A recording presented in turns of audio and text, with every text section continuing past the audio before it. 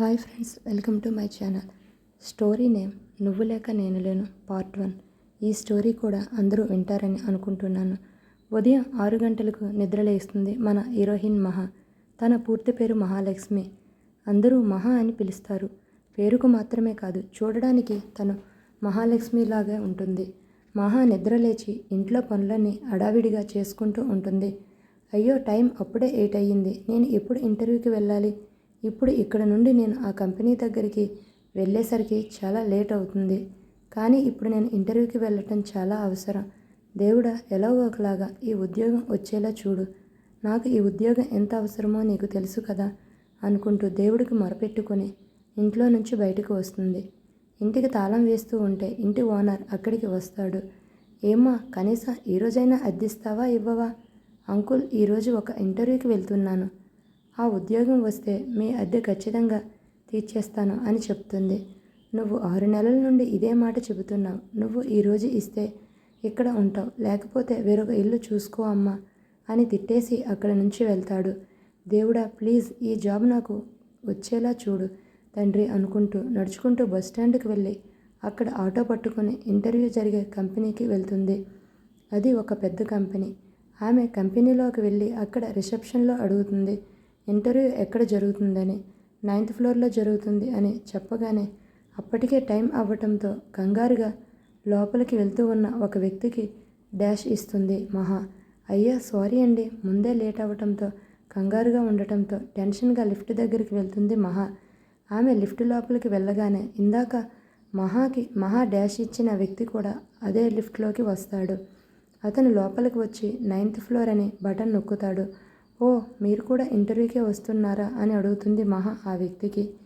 నా పేరు మహా, మరి మీ పేరేంటి అని అతన్ని అడుగుతుంది. అతను మహా వైపు కోపంగా చూసి లిఫ్ట్ తెరుచుకోవడంతో బయటికి వెళ్ళిపోతాడు ఏమీ చెప్పకుండా. అరే, ఇప్పుడు నేను ఏమన్నానని అతను అంత సీరియస్గా చూశాడు అనుకుంటూ బయటికి వస్తుంది మహా. అతను అక్కడ ఇంటర్వ్యూ జరిగే రూమ్లోకి వెళ్తుంటే ఏ ఆగాగు అని అతన్ని ఆపుతుంది. హలో మిస్టర్, అటు ఎక్కడికి వెళ్తున్నావు? ఇది ఇంటర్వ్యూ జరిగే రూమ్. నువ్వు ఫస్ట్ టైం ఇంటర్వ్యూకి వచ్చినట్లు ఉన్నావు. నీకు తెలియకపోతే నేను చెబుతాను విను. మనం ఎలా పడితే అలా వెళ్ళకూడదు. వాళ్ళు మన పేరు పిలిచినప్పుడు మాత్రమే వెళ్ళాలి. ఎలాగ సీరియస్గా మొహం పెట్టుకుని ఉండకూడదు. కొంచెం స్మైల్ చేయాలి, సరేనా అని అదే పనిగా తనతో చెప్తూ ఉంటుంది. ఇలారా, నీకు అసలు ఏమీ తెలియనట్లు ఉంది. అలా కూర్చొని మాట్లాడుకుందాం. నీకు కొన్ని టిప్స్ కూడా చెబుతాను నేను. నీకు తెలుసా, నేను ఇప్పటికి 10 ఇంటర్వ్యూలు అటెండ్ అయ్యాను తెలుసా అని గలగలా మాట్లాడుతూ ఉంటుంది.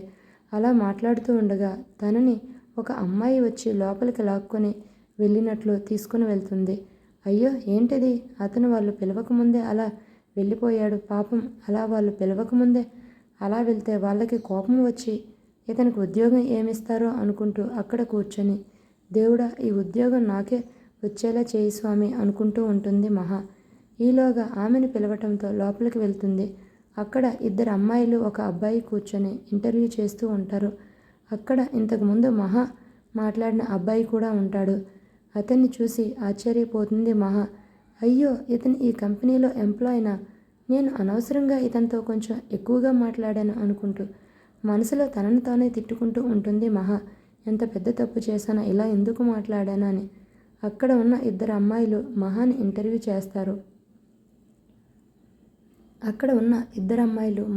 ఇంటర్వ్యూ చేస్తారు.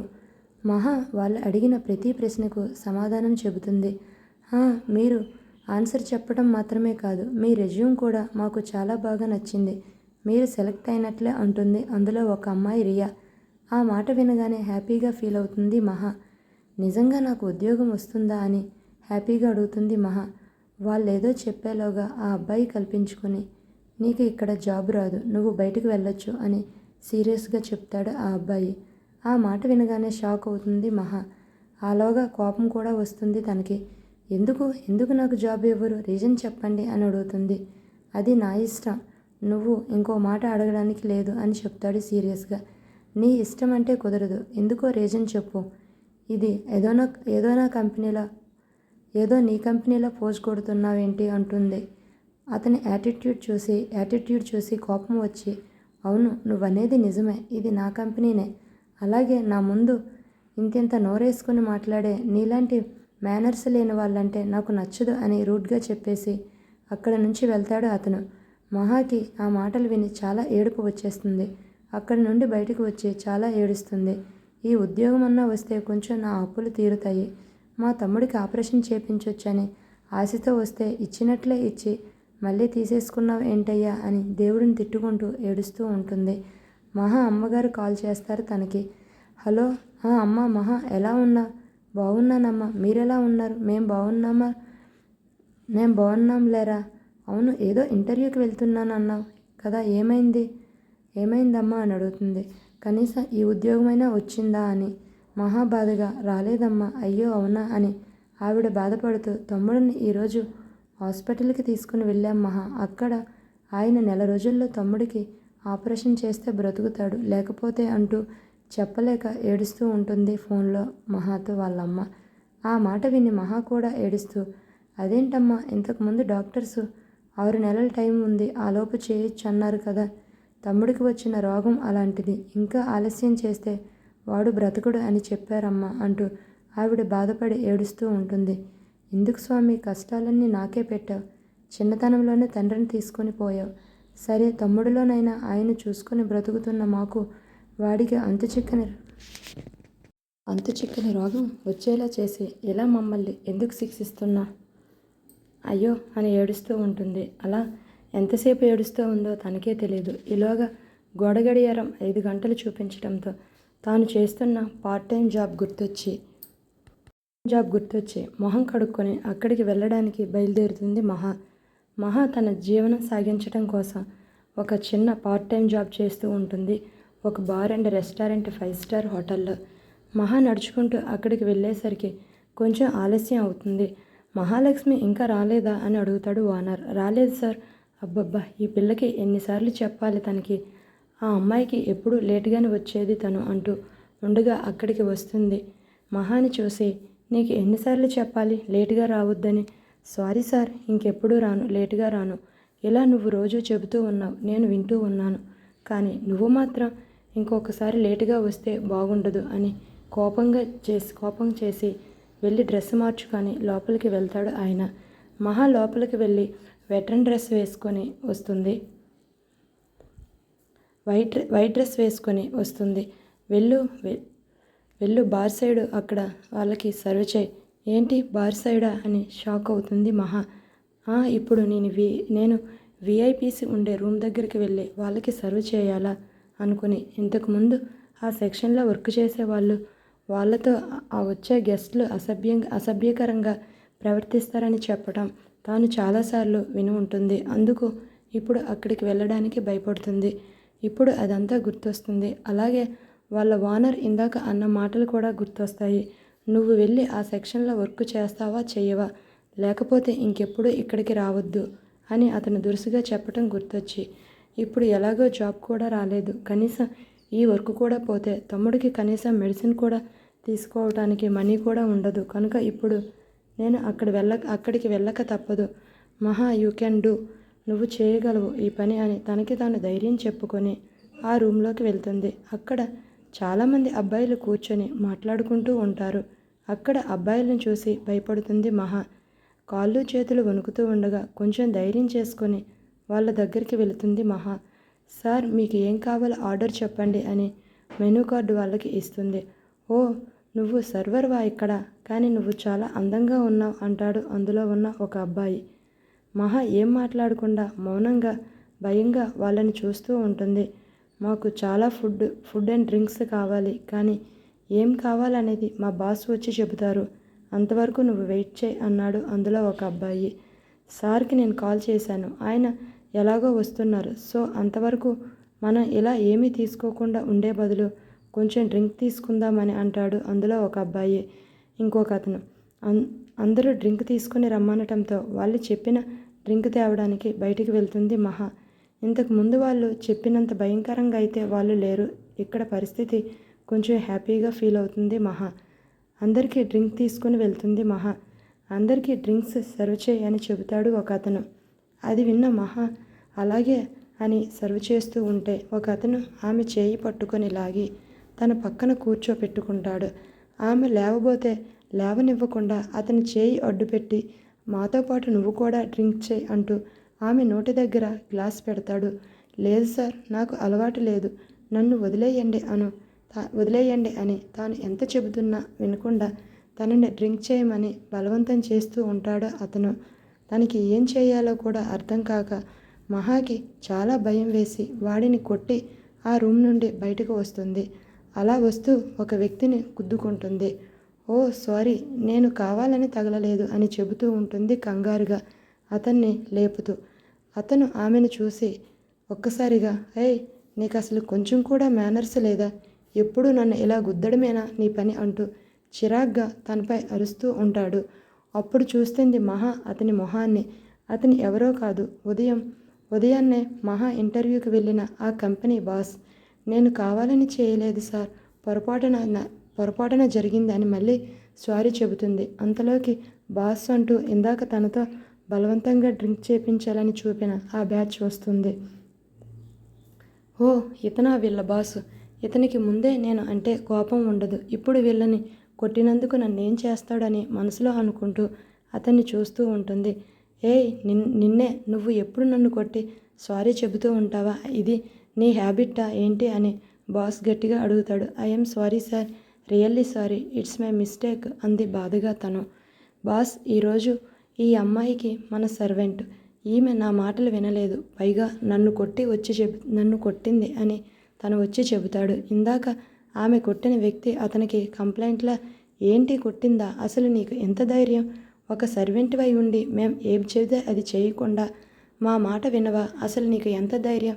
మేం చెప్పినట్లు నువ్వు చేయకపోతే ఇంకా నువ్వెందుకు అని, ఏడి మీ ఓనర్ ఎక్కడ? ఇప్పుడే నీ గురించి అతనికి కంప్లైంట్ ఇస్తాను, వెంటనే జాబ్లో నుండి తీసేస్తాడు. ఆ మాట వినగానే కంగారు వచ్చేస్తుంది తనకి. వద్దు, అలా చేయొద్దు సార్, ఈ జాబ్ నాకు ఎంతో అవసరం. మీరు అలా చెబితే మా ఓనర్ నన్ను వెంటనే వర్క్లో నుండి తీసేస్తాడు. తర్వాత నేను ఇంకొక జాబ్ వెతుక్కోవాలి. ప్లీజ్ సార్, మీరు అలా చేయొద్దు. అలాంటప్పుడు నువ్వు మేము ఏం చెప్పినట్లు విని మాకు సేవ చేయాలి, ఓకేనా అని అడుగుతాడు. ఓకే, చేస్తాను. మనసులో భయంగా ఉన్న ఈ జాబ్ పోతే మళ్ళీ ఇంకొక జాబ్ రాదు. వెతుక్కునేసరికి తనకి లేట్ అవుతుంది. ఇప్పుడు ఈ పని చేయటం వల్ల కనీసం తన తమ్ముడికి కావలసిన ట్యాబ్లెట్స్తోనైనా కొన్నాళ్ళు ప్రాణాలతో చూసుకుంటూ ఉంటుంది. ఇది పోతే మళ్ళీ ఇంకొక దాంట్లో పని దొరికి జాయిన్ అవ్వాలంటే లేట్ అయ్యి కనీసం అలా చూసుకోవటానికి కూడా ఉండదు అని భయపడి బయటికి తన కంగారు కనిపించకుండా దాచుకుని సర్వ్ చేసే వాళ్ళ రూమ్లోకి వెళ్తుంది మహా. ఈలోగా అక్కడికి బాస్ దగ్గరికి ఒక అతను వచ్చి వాళ్ళు తనతో మిస్బిహేవియర్ చేయటం గురించి చెబుతాడు. లోపలికి వెళ్ళిన మహా అందరికీ మళ్ళీ డ్రింక్స్ ఇస్తూ ఉంటే ఇందాక డ్రింక్ తాగమని తనని బలవంతం పెట్టిన వ్యక్తి ఆమె దగ్గరకు వచ్చి, నువ్వు ఈరోజు మేము చెప్పినట్లు వినాలి కనుక నువ్వు ఇప్పుడు ఈ డ్రింక్ తాగాలని డ్రింక్ గ్లాసు ఆమె నోటి దగ్గర పెడతాడు. మహాకి ఇష్టం లేకపోయినా జాబ్ లేకపోతే తన కుటుంబ పరిస్థితి ఎలా ఉంటుందో తెలుసు కనుక భయపడి తాగుదామని గ్లాసులోని డ్రింక్ తాగబోతుంది. అప్పుడే విషయం తెలుసుకున్న బాస్ లోపలికి వచ్చి తన చేతిలోని డ్రింక్ గ్లాస్ని విసిరేస్తాడు. తన చేయి పట్టుకొని ఆ రూమ్ నుండి బయటకు తీసుకొని వచ్చి, నీకేమైనా పిచ్చా? జాబ్ కోసం నువ్వు ఏమైనా చేస్తావా? అవును, చేస్తాను, ఏదైనా చేస్తాను. ఎందుకంటే ఆ జాబ్ వల్లే నా కుటుంబం కనీసం 2 పూట్లైనా భోజనం చేస్తుంది అని చెబుతుంది. కనీసం ఇది కూడా లేకపోతే వాళ్ళు పస్తులతో చావాలి. వాళ్ళ కోసం నేను ఏమైనా చేస్తాను. అయినా మీరెవరు నన్ను ప్రశ్నించడానికి అని అడుగుతుంది. మీకు నేనంటే ఇష్టం లేదు కదా, అందుకే కదా నాకు జాబు ఇవ్వనని మీరే చెప్పారు కనుక. నాకు జాబ్ ఇచ్చుంటే ఇప్పుడు నేను ఇక్కడికి వచ్చేదాన్ని కాదు. మరి ఇప్పుడు నేను ఏం చేస్తే మీకెందుకు అని ఏడుస్తూ అక్కడి నుంచి వెళ్తుంది మహా. ఏడ్చుకుంటూ వెళ్తుంది మహా. తనతో అలా బిహేవియర్ చేసినందుకు తన మీద కూడా అతనికి కోపం వస్తుంది. ఆమె డ్రెస్ మార్చుకొని ఏడుస్తూ ఇంటికి వెళ్తూ ఉంటుంది. బాస్ తన కారు తీసుకొని ఆమె వెనకే వెళ్తాడు. నేను నీతో అలా ప్రవర్తించినందుకు సారీరా, వచ్చి కారు ఎక్కు. నువ్వు ఎక్కడ ఉంటావో చెబితే నేను నిన్ను అక్కడ డ్రాప్ చేస్తాను. మీ సహాయం నాకు అవసరం లేదు, ప్లీజ్ మీరు ఇక్కడి నుంచి వెళ్ళండి అని చెబుతుంది. అరే సారీ చెప్పాను కదా ప్లీజ్ అని ఆ బాస్ కొంచెం సేపు రిక్వెస్ట్ చేస్తే అప్పుడు కారు ఎక్కుతుంది మహా. కారులో కూర్చుందనే కానీ తను ఒక్క మాట కూడా మాట్లాడదు, సైలెంట్గా కూర్చుంటుంది. నువ్వు నా కంపెనీలో జాబ్ చేస్తావా అని అడుగుతాడు. నేను ఆఫీస్కి రావటం మీకు ఇష్టం లేదు కదా, మీకు నాలాంటి అమ్మాయిలు నచ్చరు కదా అంటుంది. ఉదయం అతను అన్న మాటలు గుర్తొచ్చి అవే మాటలు తనకి తిరిగి చెప్తుంది. నువ్వు నా ఆఫీస్లో జాయిన్ అవ్వాలనుకుంటే రేపు 9:30కి ఆఫీస్కి రా, నేను నీకు జాబ్ ఇస్తానని ఆమెని వాళ్ళ ఇంటి దగ్గర దించుతాడు. ఆమె ఏమీ మాట్లాడకుండా మౌనంగా ఇంట్లోకి వెళ్తుంది. చూడు ఎలా వెళ్తుందో, కనీసం థ్యాంక్స్ అని కూడా చెప్పకుండా అని మహాని తిట్టుకొని, అవును ఇంతకీ తను రేపు ఆఫీస్కి వస్తుందా రాదా అనుకుంటూ అక్కడ నుంచి వెళ్తాడు అతను. తను రేపు ఆఫీస్కి వెళ్తుందో లేదో రోజులాగానే ఈరోజు కూడా లేచి ఇంట్లో వర్క్ చేసుకొని టైం వైపు చూస్తుంది. 7 గంటలు అవుతుందని చూపిస్తుంది. 9:30కి రేపు నువ్వు ఆఫీస్కి వస్తే జాబ్ ఇస్తానన్న మాటలు అతని మాటలు చెవుల్లో వినిపిస్తూ ఉంటాయి మహాకి. అతను నాతో సరదాగా అన్నాడా లేకపోతే సీరియస్గానే జాబ్ ఇస్తానని అన్నాడా తనకి అర్థం కాక, అతను ఏమైనా నీ మొగుడా నీతో జోక్ చేయడానికి, నోరు మూసుకుని అక్కడికి వెళ్ళు, ఇస్తే జాబ్లో జాయిన్ అవ్వు, లేకపోతే లేదు, నీకు అలవాటే కదా బాధపడుతూ ఇంటికి రావటం అని తన అంతరాత్మ చెబుతుంది. సరే ఎలా అయితే అలా అవుతుంది అని రెడీ అయ్యి ఆఫీస్కి వెళ్తుంది తను. ఆమె రిసెప్షన్లో బాస్ని కలవాలని అతను రూమ్ ఎక్కడా అని అడుగుతుంది మహా. ఆవిడ చెప్పడంతో అతని రూమ్ దగ్గరికి వెళ్ళడానికి లిఫ్ట్ కోసం ఎదురు చూస్తూ ఉంటుంది. అప్పుడే అక్కడికి అతను వస్తాడు. ఆమెను చూసి, హే నువ్వు వస్తావని నేను అస్సలు అనుకోలేదు అని ఆమెను తన క్యాబిన్లోకి తీసుకొని వెళ్తాడు. హాయ్, నా పేరు అయాన్స్, నా పేరు మహాలక్ష్మి అని షేక్ హ్యాండ్ ఇస్తుంది. అతను ఆమె చేతిని కొంచెం నొక్కినట్లు పట్టుకుంటాడు ఒక్కసారిగా. హే మిస్టర్, ఏం చేస్తున్నావు నువ్వు? నా చేయి వదులని గట్టిగా అడుగుతుంది. వదలను, ఏం చేస్తావు? మహాకి అతను అలా తన చేయి పట్టుకోవటంతో చాలా భయం వేస్తుంది. ఇదేంటి, ఇతను జాబ్ ఇస్తానని పిలిచి ఇలా చేస్తున్నాడు అనుకుంటూ భయపడుతూ ఉంటుంది. ఏం చేయాలో అర్థం కాక, ఏంటి, ఏం మాట్లాడువు? నేను ఇప్పుడు నిన్ను వదలను, ఏం చేస్తావు చెప్పు? నిన్న కొట్టినట్లు కొడతావా నువ్వు అని కొంటిగా అడుగుతున్న అతని వైపు చూసి కంగారు వచ్చేస్తుంది తనకి. ఆమె భయం కంగారు చూసి అతను నవ్వేసి, భయపడకు, నిన్నేం చేయను, నేను సరదాగా ఇలా చేశా, నువ్వు ఎలా రెస్పాండ్ అవుతావు అని జస్ట్ టెస్ట్ చేశానని కూర్చోమని చైర్ని ఆఫర్ చేస్తాడు అయాన్స్. ఆమె చైర్లో కూర్చొని నా పని ఏమిటో చెబితే నేను అది చేస్తానని చెబుతుంది. నువ్వు నా సెక్రటరీగా వర్క్ చేస్తావా అని అడుగుతాడు. సెక్రటరీ అంటే నా అన్ని పనులు నువ్వే చేయాలి, ఆఫీస్లో ప్రతి వర్క్ నువ్వే చూసుకోవాలి, అదే నీ పని, చేయవా, నీకేమైనా అభ్యంతరంగా ఉందా అని అడుగుతాడు. సరే చేస్తాను, నా క్యాబిన్ ఎక్కడ? అదిగో అక్కడ అంటూ ఆ రూమ్లోనే ఇంకొక చిన్న రూమ్ వైపు చూపిస్తాడు. ఏంటి, నేను ఇక్కడ నీ ముందు వర్క్ చేయాలా? అయినా నేను అందరిలా కాకుండా ఇలా మీ రూమ్లోనే ఆ గదిలోనే వర్క్ చేయడం ఏంటి, నాకేం అర్థం కావటం లేదు అని అడుగుతుంది. నువ్వు నా సెక్రటరీవి, నీకు నేను పదే కాల్ చేస్తూ ఉంటాను. నార్మల్ క్యాబిన్లో అయితే మిగతా వర్కర్స్కి డిస్టర్బ్ అవుతుంది, అందుకే ఇలా. సరే, నా శాలరీ ఎంత అని అడుగుతుంది. 70,000 అని చెప్తాడు.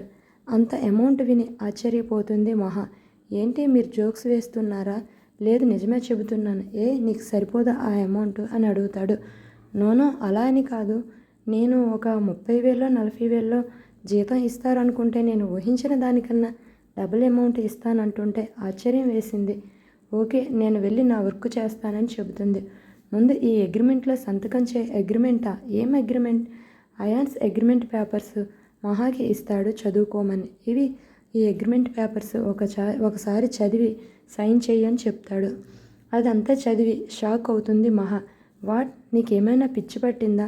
6 నెలలు నీ భారీగా నేను ఉండటం ఏంటి? నాకు ఇష్టం లేకుండా మా మామ్ వేరే వాళ్ళతో నా పెళ్లి చేయాలని చూస్తుంది, కానీ నాకు అది ఇష్టం లేదు. ఇష్టం లేకపోతే ఆ విషయం వాళ్ళతో చెబితే సాపేస్తారు కదా. అలా ఆపేటట్లు ఉంటే ఇలా ఎందుకు చేస్తాను చెప్పు? అయినా కానీ నాకు ఇష్టం లేదు. అయినా కానీ నా పెళ్లి చేసుకోవటం ఏంటి ఫూలిష్గా? నీ అభిప్రాయం మీ వాళ్ళకి చెప్పు. ఎందుకు చేసుకోవటం లేదు రీజన్ కూడా చెప్పు. డెఫినెట్గా వాళ్ళు అర్థం చేసుకుంటారు అని చెబుతుంది. అంతేగాని ఇలా 6 నెలలు నీకు భారీగా సంవత్సరం అని నాటకాలు ఆడాల్సిన అవసరం లేదు. నేను వాళ్ళతో చాలా చెప్పి విసిగిపోయాను. నాకు ఇష్టం లేని అమ్మాయితో మ్యారేజ్ ఫిక్స్ చేయాలని ఫిక్స్ అయ్యారు. అందుకే నేను ఈ నిర్ణయం తీసుకున్నాను. నీకు ఇది ఇష్టమా కాదా అని అడుగుతాడు. దీనివల్ల నీకు ఎటువంటి ప్రాబ్లం రాదు. నీకు కావాలంటే ఇంకా ఎక్కువ మనీ ఇస్తాను. నీ అప్పులన్నీ తీరుస్తాను. మీ తమ్ముడికి ఆపరేషన్కి కావలసిన అమౌంట్ కూడా నేను ఇస్తాను. ఆ మాట విని షాక్ అవుతుంది మహా. ఈ విషయాలన్నీ నీకెలా తెలుసు అని అడుగుతుంది. నన్ను స్పై చేస్తున్నావా నువ్వు? అయాన్స్ నవ్వి, మరి ఏమనుకున్నావు నా గురించి? నీ గురించి ఏం తెలుసుకోకుండానే ఇలా నీతో మ్యారేజ్ ప్రపోజ్ చేస్తానని ఎలా అనుకున్నా? నీ గురించి ప్రతి విషయం నాకు తెలుసు. చూడు మహాలక్ష్మి, నీకు ఇప్పుడు డబ్బు ఎంత అవసరమో, ఎలా అవసరమో కూడా నాకు తెలుసు. నాకు భార్య కూడా అంతే అవసరం. ఇంకా నిర్ణయం నీకే వదిలేస్తున్నాను. ఇంకా నీ ఇష్టం, నువ్వు ఏ డెసిషన్ తీసుకుంటావా అని అంటాడు. నాకు ఇప్పుడు ఒక మీటింగ్ ఉంది, అది అటెండ్ అయి వచ్చేలాగా నువ్వు ఆలోచించుకొని ఏ నిర్ణయం అయ్యిందో చెప్పు అని అక్కడ నుండి వెళ్తాడు అయాన్స్. మహాకి ఏం అర్థం కాదు.